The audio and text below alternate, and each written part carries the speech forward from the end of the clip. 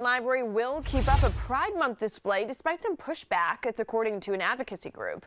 The display is at the Travelers Rest branch of the Greenville County Library System. It says "Read with Pride." It's set up for Pride Month, which is in June.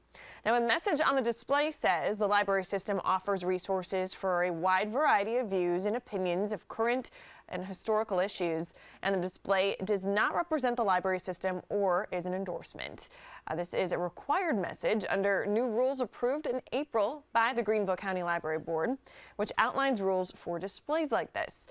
The Greenville Freedom in Libraries Advocacy Group, which has pushed back against the removal of materials and books from the library, claims a director asked the branch manager to remove this display, despite it meeting those guidelines.